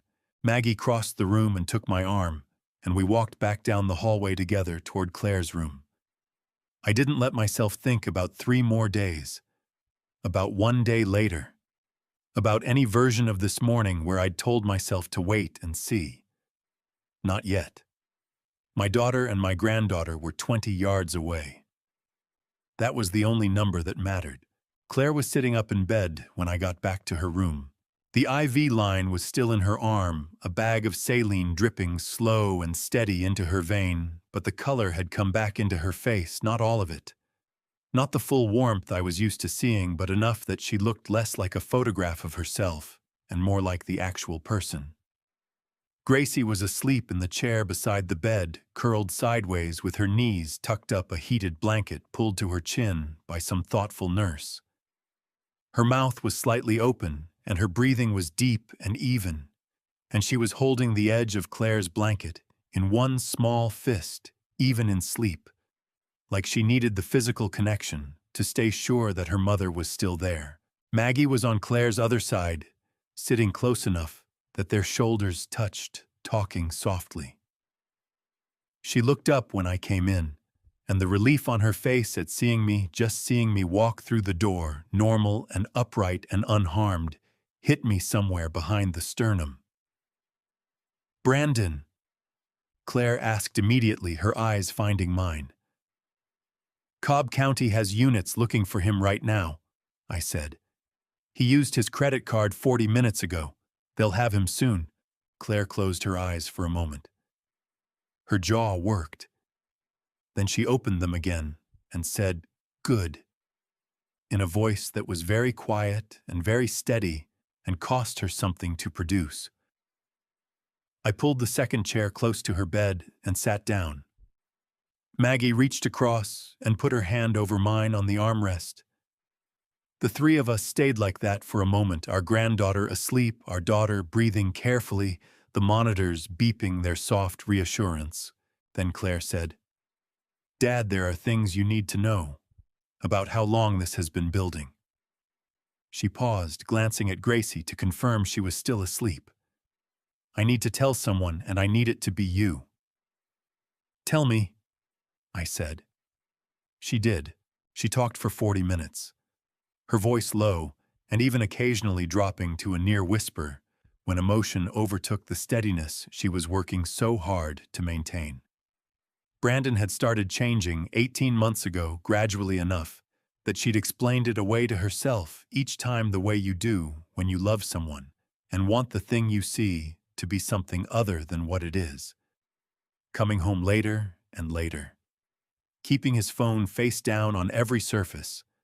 Money disappearing from the joint account in amounts too small to be dramatic, but too consistent to be accidental. I started keeping a notebook," Claire said, "writing down the dates and amounts.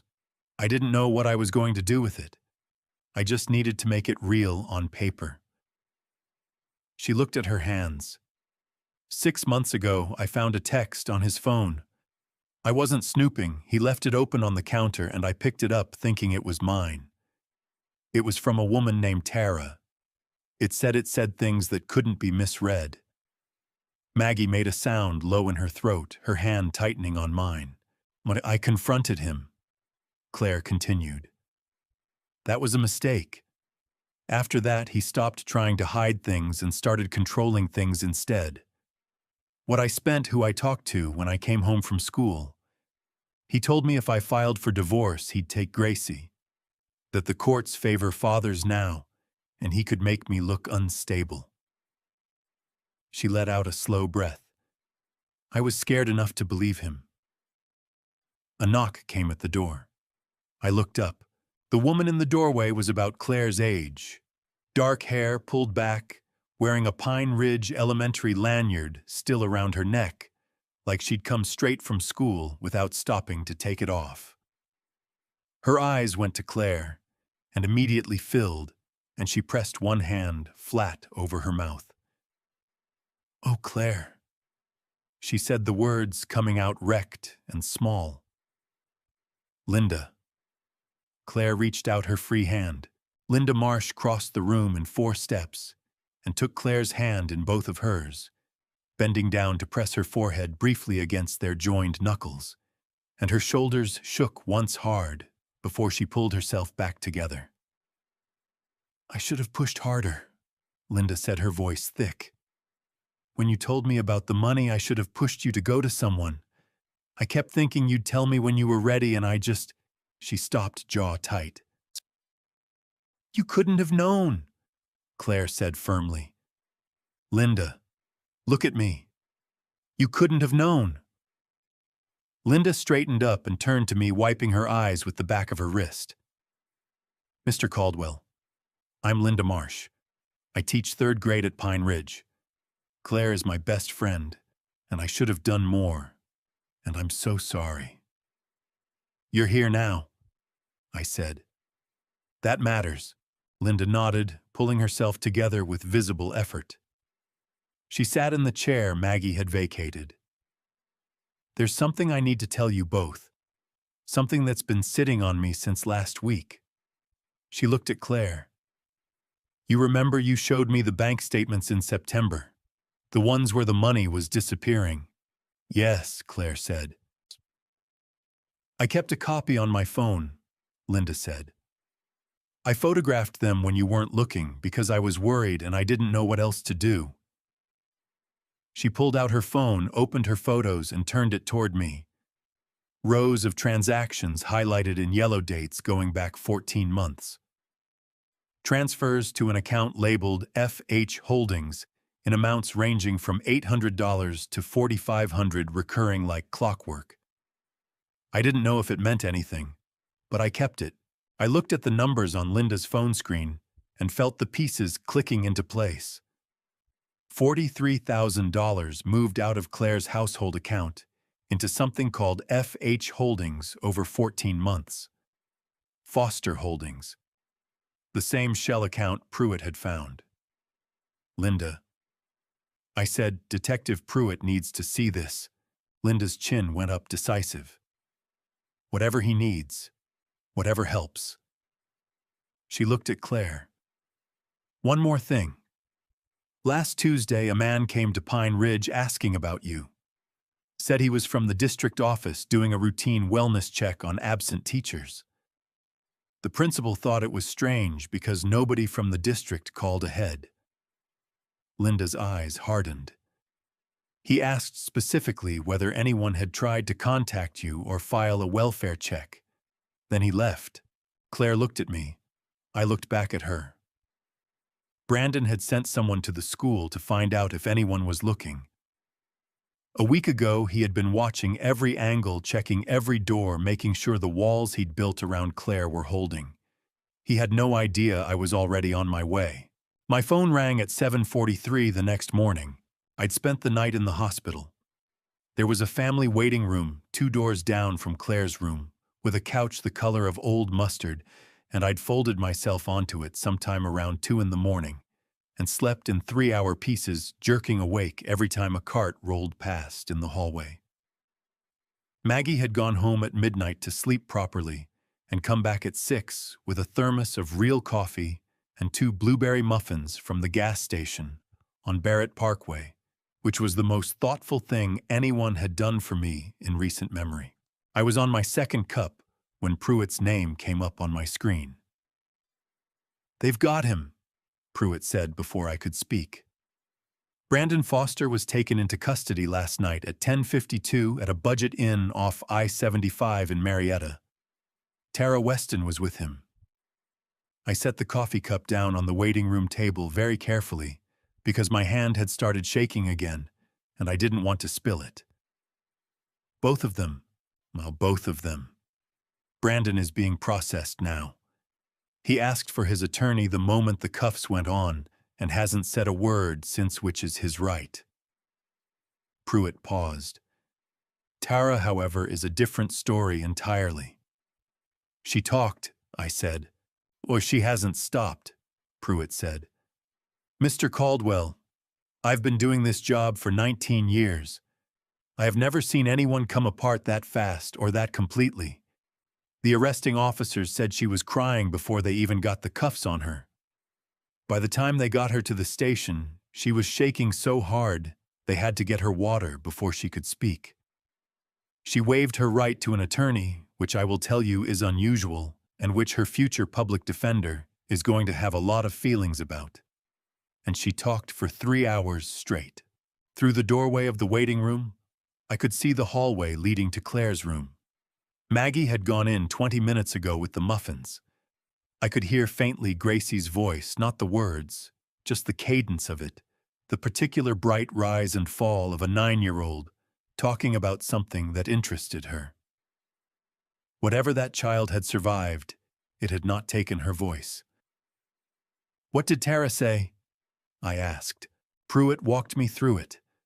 Brandon had approached Tara 8 months ago, not at the realty office where they both worked, but at a bar in Buckhead, where she'd gone after a hard week, and he'd found her, which in retrospect Tara said should have told her everything she needed to know about how he operated. He'd been charming, attentive, full of stories about a marriage that had turned cold and a wife who didn't understand him. Tara had been lonely and in debt from a combination of poor decisions she was too embarrassed to detail. And Brandon had seemed like someone who had answers.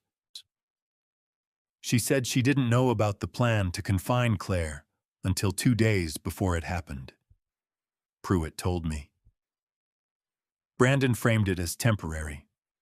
He said he needed Claire to sign some papers that Claire was being irrational and difficult, and that once she signed, everything would move quickly and cleanly.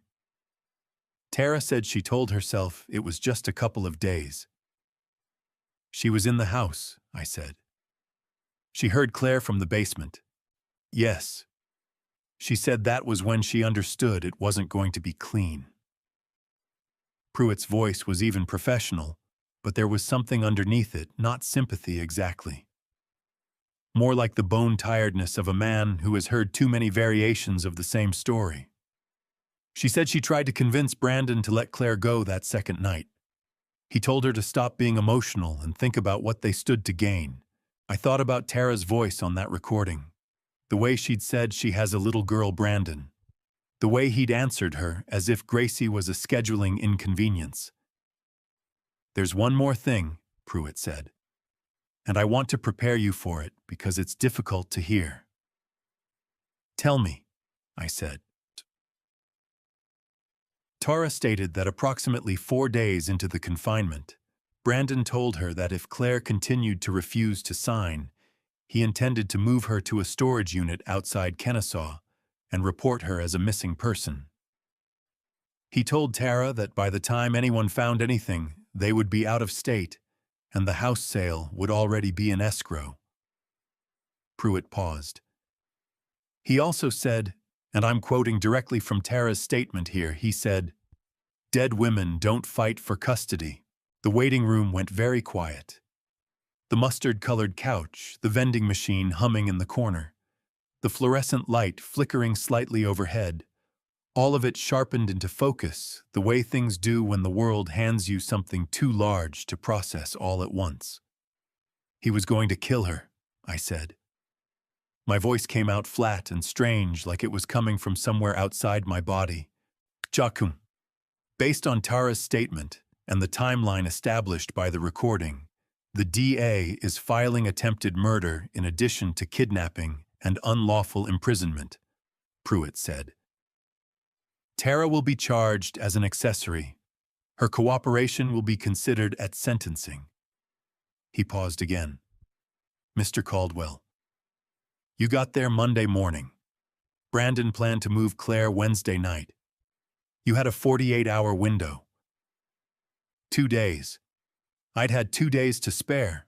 I pressed the phone hard against my ear and stared at the fluorescent light on the ceiling and breathed in and out, slow and deliberate, until I was confident my voice would work correctly. "Thank you, Detective," I said, "for everything." "Thank your granddaughter," Pruitt said quietly. "That recording is what made this airtight." I stood up from the mustard couch, picked up my coffee, and walked down the hallway toward Claire's room.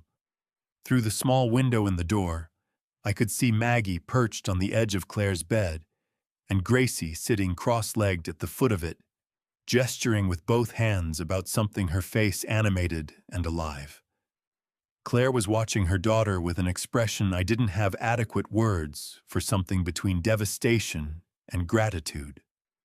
The face of a woman who understands exactly what she almost lost and is choosing minute by minute to be present for what she still has. I pushed the door open and stepped inside. "Grandpa Ray." Gracie looked up and patted the blanket beside her with enormous authority. "Come sit. I was telling Mom about the book I've been reading. Under the bed. I had it with me the whole time." I sat down on the bed next to my granddaughter, and she leaned against my arm, immediately warm and solid and real, and I put my hand on the top of her head and thought 48 hours and did not say it out loud. The doctor cleared Gracie for discharge late that afternoon. Her blood work had come back clean. Her hydration levels were back to normal, and the pediatric nurse, a cheerful woman named Ms. Patterson, who had apparently made it her personal mission to ensure Gracie left the hospital with the highest possible opinion of medical care, presented her with a stuffed bear wearing a tiny Wellstar badge on its scrub's pocket. Gracie named him Detective Bear on the spot and informed us he would be assisting with future investigations, which made Claire laugh a real laugh. Sudden and unguarded, the first one I'd heard from her since before any of this began, and the sound of it hit me somewhere so deep I had to look at the ceiling for a moment. We weren't going anywhere yet. Claire needed one more night for monitoring, and none of us had any intention of splitting up. Maggie had driven home that morning and come back with an overnight bag for herself and a change of clothes for me. And somewhere between noon and 3 in the afternoon, our little cluster in room 214 had acquired 2 extra chairs, a box of Cheez-Its from the vending machine, and a Uno deck that Linda had brought when she came back for a second visit. It was Linda who stepped out around 4 o'clock, taking Maggie with her to find decent coffee from the cafe on the ground floor. And it was in that quieter moment, just me and Claire and Gracie, the monitors beeping their steady reassurance. Detective Bear propped against the pillow, that Gracie looked up from the Uno deck she'd been shuffling and said, "Grandpa Ray, can I tell you what it was like under the bed?" Claire went very still. She looked at Gracie carefully. "You don't have to, baby." "I want to," Gracie said. She said it the way 9-year-olds say things they've decided completely without negotiation. "I've been thinking about it, and I want to say it out loud so it stops feeling so big inside my head." I set down the card I'd been holding. "Then we're listening, sweetheart." Gracie took a breath. She set the Uno deck on the blanket in a neat stack and folded her hands on top of it, and the gesture was so adult, so composed, that it made my chest ache in a particular way I hadn't expected. "Wednesday night I was reading in bed," she said. "The Diary of a Wimpy Kid, number 7. I had my reading lamp on and my door was open a little bit because I don't like it all the way closed." She paused. "Then I heard them downstairs, Dad and a woman. Could you hear what they were saying?"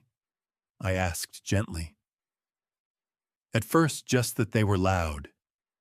And then Dad's voice got really loud, and the woman's voice got scared sounding, and then I heard Mom." Gracie's hands tightened on the Uno deck. Her voice stayed steady, but something in her eyes changed, deepened. "Mom was crying. Not like when you stub your toe. The other kind." Claire made a sound, small, involuntary. She pressed her fingers over her lips. "Mom told me things," Gracie continued. "Not about what happened. She didn't know it was going to happen exactly like that. But she told me, she said sometimes grown-ups have really bad arguments, and if I ever heard Daddy yelling really loud, and it sounded scary, I should go straight under my bed and stay there and not come out until someone I trusted completely came and called my name. Gracie looked at me. She said Grandpa Ray would come. She said if something really bad happened, and she couldn't call you herself, she said, you would figure it out. She said you always do. Something in the back of my throat went hot and tight. I kept my face as still as I could manage. So I got under the bed, Gracie said. I took my book and my tablet and the emergency granola bars Mom put in my nightstand drawer. There were 4 of them, and I ate one a day. And on the 4th day, I ate only half because I wasn't sure how long I'd have to stay. She looked at me with an expression of absolute pragmatic seriousness. I was trying to make them last. That was very smart, I said.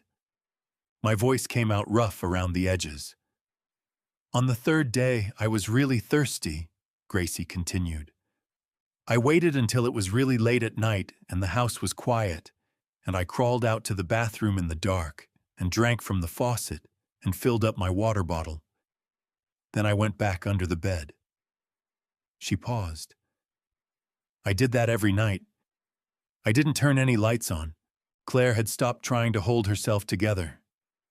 Tears were running silently down her face, but she kept her lips pressed firm, kept her eyes on Gracie, kept herself present for her daughter's telling of this.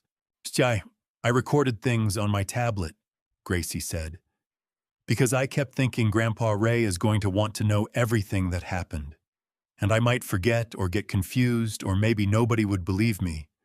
So I just kept recording whenever I heard voices. She tilted her head. Was that okay? Was it helpful? Gracie.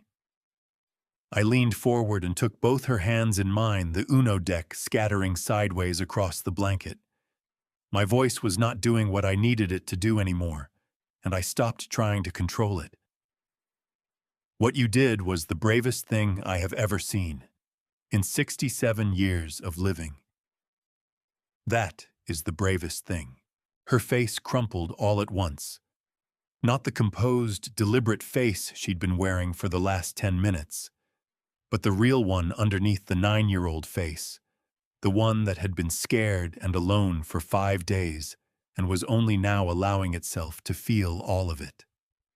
I really wanted to come out, she said, her voice breaking into pieces. On day 3, I really wanted to just come out.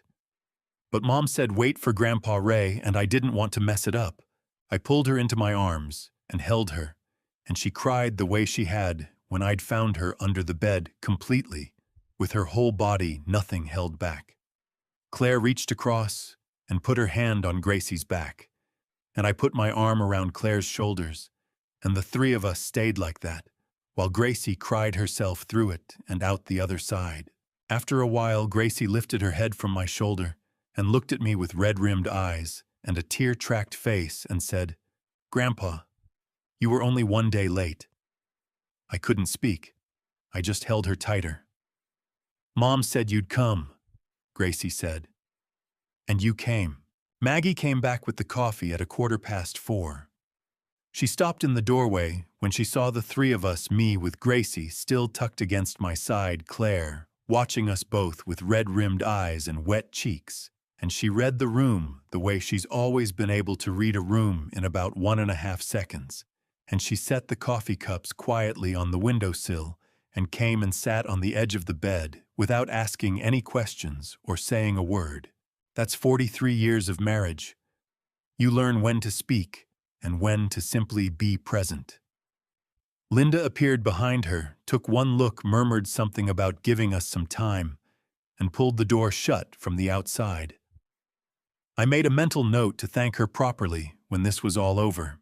Gracie had cried herself into a state of heavy, boneless exhaustion. She was listing sideways against my arm, eyelids drooping, Detective Bear clutched to her chest. Within 10 minutes, she was asleep again. Children have the merciful ability to find rest in the middle of chaos that adults lose somewhere along the way. Claire watched her daughter sleep for a long moment. Then she looked at me. "I need to tell you why I didn't call you," she said. Her voice was quiet but direct, the way she'd spoken as a child when she'd done something she knew needed owning up to. Before you ask, before you wonder. I wasn't going to ask, I said. You were going to wonder, though. The corner of her mouth moved, not quite a smile, but the ghost of one. I know you, Dad. Maggie reached over and took Claire's hand without speaking. Claire looked down at their joined hands for a moment. Then she began. It didn't start with something I could point to, she said. That's what I kept telling myself every time I thought about calling you. I kept waiting for the moment that was clear enough, bad enough, obvious enough to justify picking up the phone and saying something is really wrong. She paused. And by the time things were bad enough, I was already so deep inside it that I couldn't see the edges anymore. How long? Maggie asked softly. The control stuff, about 2 years. Claire's jaw tightened slightly. It started small. He didn't like it when I made plans with Linda without mentioning it first. He wanted to know where I was going when I'd be back, who I'd be with. I told myself it was because he cared. Because he was anxious. I made excuses for it the way you make excuses for a leak you don't want to deal with. She glanced at me. I know you'd have a better word for that. Deferred maintenance, I said. Deferred maintenance, she repeated. Exactly. Every time I deferred it, it got a little worse. By the time I understood what was actually happening, I'd already accepted so many small things that the larger thing felt normal, or at least familiar, which is almost the same as normal when you've been living inside it long enough. Her voice was steady, measured, but her free hand was pressed flat against the blanket fingers spread, and I could see the tension in her forearm. Maggie's thumb moved in small circles on the back of Claire's hand. He said things, Claire continued, about you, both of you. She looked at her lap. He said if I told you what was happening at home, you'd think I'd failed, that you'd be disappointed in me for picking the wrong person and sticking with it so long. He said Mom would worry herself sick, and it would be my fault. She exhaled. I knew those things weren't true, but he said them often enough, and by the time he said them I was already tired enough, and somehow tired, plus often enough starts to feel like logic. Maggie made a sound that was not quite a word. Her hand on Claire's tightened. I want to be very clear about one thing, Claire said, and her voice gained a firmer edge. I never doubted that you would come if I asked. Not for a single second. I knew you'd get in that truck and drive up the minute I said the word. She looked directly at me. That's not why I didn't call. I didn't call because I had convinced myself I should be able to handle it on my own. That asking for help meant I'd failed at something. I thought about 40 years of crawling under houses, tracing leaks to their source. The number of times a homeowner had called me embarrassed, apologetic, certain they should have been able to fix it themselves. The number of times the thing they'd been trying to manage alone had turned into something far worse, because they'd waited. Claire, I said. She looked at me. But a pipe under pressure doesn't fail because it's weak, I said. It fails because the pressure is too high. That's not the pipe's fault. That's never been the pipe's fault. Her face crumpled, not all the way, not like Gracie's total collapse, but in the careful, controlled way of a woman who has been holding herself together through sheer discipline and is allowing a single crack in the surface, just one, just enough. I should have called you so much sooner, she said. I wasted so much time being ashamed of something that wasn't mine to be ashamed of.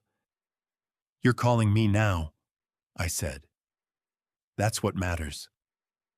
Maggie leaned forward and wrapped both arms around Claire, and Claire dropped her head onto her mother's shoulder and breathed, just breathed, deep and deliberate, the specific breathing of someone learning to take up space again after a long time of making themselves small.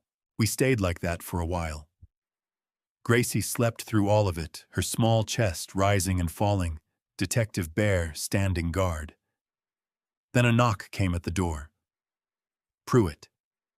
He looked at the room and immediately read it the same way Maggie had. "I can come back," he said. "No." Claire lifted her head. Her eyes were wet, but her voice was firm. "Tell us what you have." Pruitt glanced at me. "I need Ray to come to the station this afternoon. There's financial documentation I want you to see in person." He paused.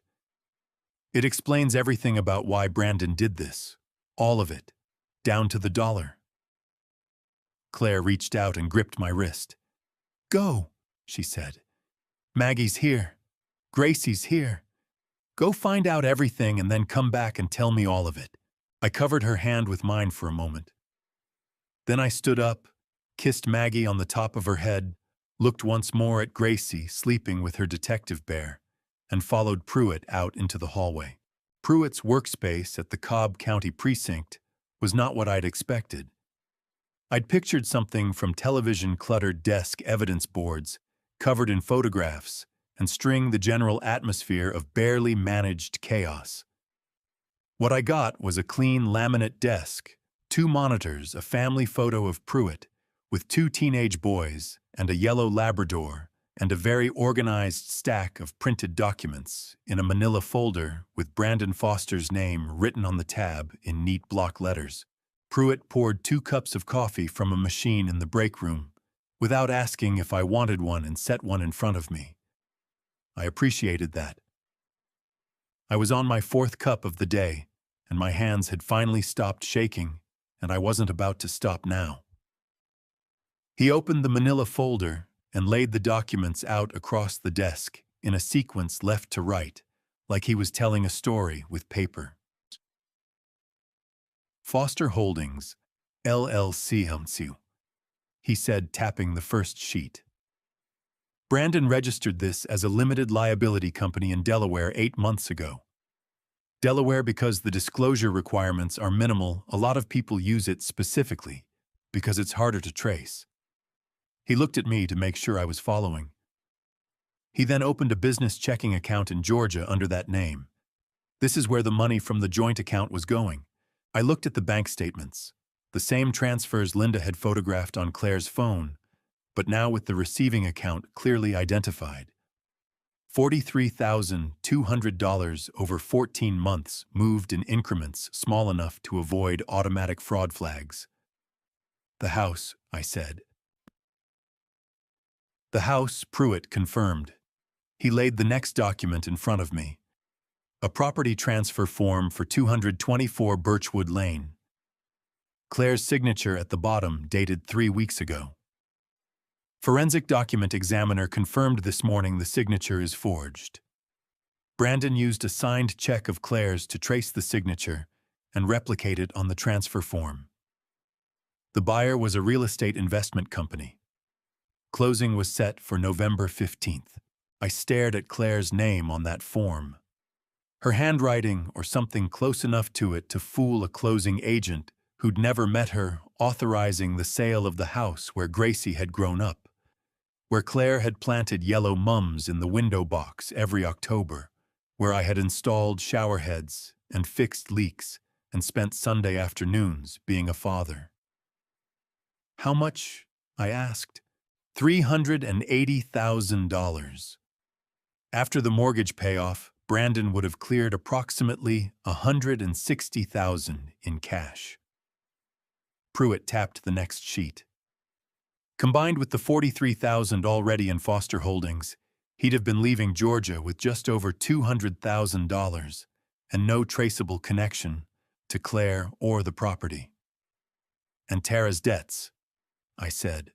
$68,000 in personal debt between credit cards and a personal loan from 2 years ago. Brandon had promised to clear those from the proceeds. Pruitt leaned back in his chair. He'd positioned himself as the solution to her problems, which made her willing to overlook things she shouldn't have overlooked. I thought about the recording. Tara's voice saying she has a little girl, Brandon, The way she'd known it was wrong and done it anyway, because she'd needed to believe the version of the story he'd given her. What happens to her? I asked. No conticum. Accessory to kidnapping.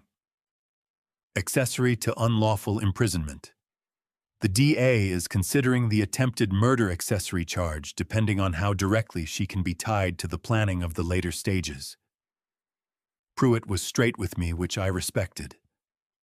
Her cooperation is significant. It'll be taken into account. I nodded.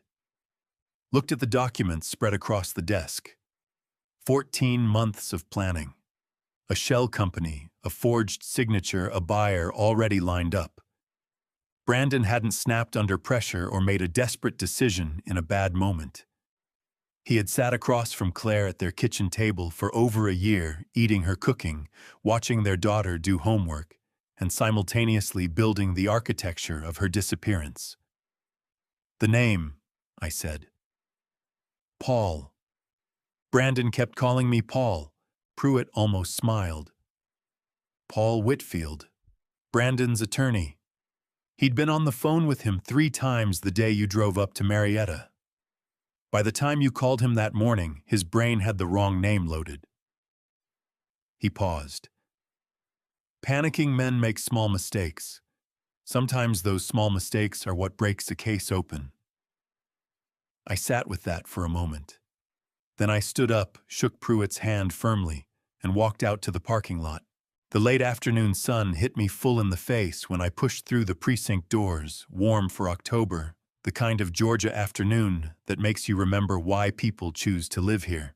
I stood on the sidewalk for a moment with my keys in my hand. On the drive back to the hospital on Whitlock Avenue, I stopped at a red light. In the crosswalk in front of me, a man was walking hand in hand with a little girl of about 6, her other hand swinging a plastic pumpkin bucket, Halloween candy rattling inside. The man said something I couldn't hear, and the little girl threw her head back and laughed with her whole body. I thought of Claire at 6 years old asking me why water takes the path of least resistance, because it always finds a way through, I'd told her, no matter what's in its way. My eyes burned. I pressed the heel of my hand hard against them and kept it there until the light turned green. Then I drove back to my family. 3 months is both a long time and no time at all. It's long enough for a 9-year-old to stop flinching at loud voices in the grocery store. Long enough for a 35-year-old woman to start sleeping without the light on. Long enough for 2 old people to rearrange their house around the specific gravity of the people they love most, and find to their surprise that the house fits better this way than it ever did before. It's not long enough to stop missing the life that should have been, but you learn slowly to carry that alongside the life that is. Claire and Gracie moved into the spare bedroom at Sycamore Court, 2 weeks after the hospital. We painted it together on a Saturday in November. Gracie chose the color a soft blue she called the inside of a swimming pool, and she was so serious about the trim work that I gave her her own brush and let her do the baseboards herself. She got paint on her elbow and on the tip of her nose and on the left knee of her jeans, and she didn't notice any of it because she was too busy concentrating tongue between her teeth, painting each stroke like it mattered enormously. It did matter. That was the thing. Every ordinary thing mattered enormously now. Maggie taught Gracie to bake on Saturday mornings. Not just watching, actually doing it, hands in the dough, measuring cups and everything. Gracie turned out to have strong opinions about the ratio of brown sugar to white in a peach cobbler, which led to a very serious negotiation between her and Maggie that lasted 20 minutes and ended in a compromise both parties were satisfied with. I sat at the kitchen table and drank my coffee and listened to them argue about sugar and thought, this is what a house is supposed to sound like. Claire went back to Pine Ridge in January. The school had kept her position. The principal, a woman named Mrs. Okafor, had called Claire personally in November and said the job was hers whenever she was ready, no pressure, no timeline. Claire's students made a banner. 32 fourth graders with markers and poster board, and approximately 0 artistic restraint. The banner reading, "Welcome back, Mrs. Foster," in letters of varying sizes and a remarkable number of hand-drawn dogs that had no clear connection to the sentiment, but appeared to have been added enthusiastically nonetheless. Claire called me that first evening after school, and her voice was different, lighter, like something that had been wound too tight for too long had finally been allowed to loosen one full turn. "Good day," I asked. "Marcus Chen cried when I walked in," she said. "He's 9 years old and he cried and then immediately looked furious about it and pretended he had something in his eye." "Smart kid," I said. "The smartest," she said. And she laughed, the real one, the full one, the one I'd heard for the first time in that hospital room when Miss Patterson gave Gracie the bear. Brandon's case was proceeding through the courts. I won't spend much time on that here because it is not the part of this story that matters most to me.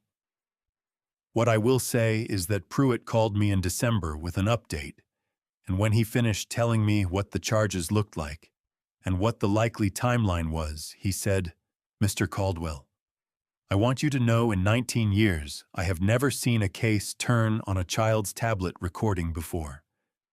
Gracie's instinct to document everything is going to matter for a very long time." I told Gracie that. She listened very seriously, nodded once, and said, "I'm going to be a detective when I grow up, or possibly a marine biologist. I haven't decided." Detective Bear remained on her pillow every night either way. On a Thursday afternoon in January, I was in the garage when Gracie appeared in the doorway in her school clothes backpack, still on watching me work on a leaking outdoor faucet I'd been meaning to get to for 2 weeks. "Can I help?" she asked. "Pull up that stool," I said. She dragged the wooden stool over and climbed up and watched me with the focused attention of someone who intends to understand rather than just observe. I showed her how to shut off the supply valve first. Always shut off the supply valve first. That's rule 1, that's always rule 1. I showed her the worn washer that was causing the leak, held it up, so she could see the compression ring that had gone soft with age. That tiny thing was making all that water leak," she said. "Tiny things cause the biggest problems," I said. "And they're usually the easiest to fix once you know where to look." She turned the old washer over in her fingers, examining it from every angle. "Grandpa, is that what happened with Dad? He had something worn out inside him and nobody fixed it in time."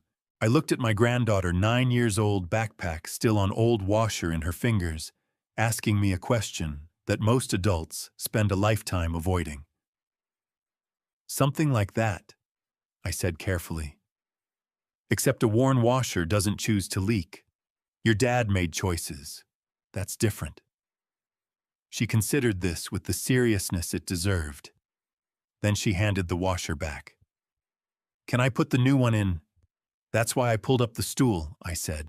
She grinned wide, and sudden the grin that was all Claire at 8 years old with my hard hat on her head, and reached for the new washer with both hands.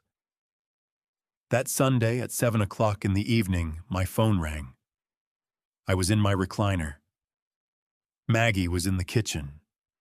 Claire and Gracie were on the couch 12 feet away from me, Gracie in pajamas. Claire with a mug of tea, both of them watching something on the laptop between them. The screen on my phone said Claire. I looked up. Claire was holding her phone out toward me from the couch, grinning. "Answer it, Dad," she said. I answered it. "Hey, sweetheart." "Hey, Dad," Claire's voice said through the speaker, and Gracie immediately dissolved into giggles and grabbed for the phone. "Just calling to check in." Maggie appeared in the kitchen doorway, dish towel in her hands, and looked at me across the living room. Her eyes were bright. The Sunday call had come back. Not from 2.5 hours away, from 12 feet. But it had come back. And in this house on this evening in January of 2025, that was everything. People ask me what I learned from all of this. From the longest week of my life from the basement and the gamjuong and the 47 minutes on a cracked tablet screen. Here is what I know now that I didn't know then. I believed that love meant not interfering, that a good father steps back, gives space, trusts his child to handle her own life. What I understand now is that there is a difference between giving someone space and leaving them alone in the dark. I waited too long.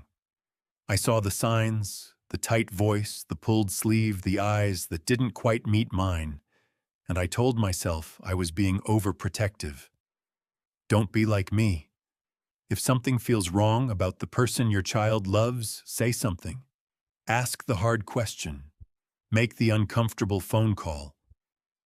Do it now, not later. Later has a way of becoming too late. I believe that God put Raymond Caldwell in that house on that Monday morning for a reason. Not because I am special, because a 9-year-old girl was counting on a promise her mother had made, and some promises are too important to break. That is not coincidence. That is grace. My personal opinion, for whatever it is worth, from a retired plumber in Cartersville, Georgia, family revenge is not about anger. Real family revenge is showing up. It is driving 40 minutes on a Monday morning when everyone else is telling you everything is fine. It is trusting what you know over what you're told. Family revenge is refusing to let the people you love disappear quietly. If this story of family revenge reached something inside you, leave a comment below and tell me what stayed with you. Share it with someone who needs to hear it. And if these grandpa stories mean something to you, subscribe to this channel so our next revenge story finds its way to you. Thank you from the bottom of my heart for staying with me until the very end of this grandpa stories journey. These stories contain some fictionalized elements created for the purpose of reflection and connection. If this type of content is not for you, there is no shame in stepping away and finding something that fits you better. But if you are still here, I am glad. I will see you in the next one.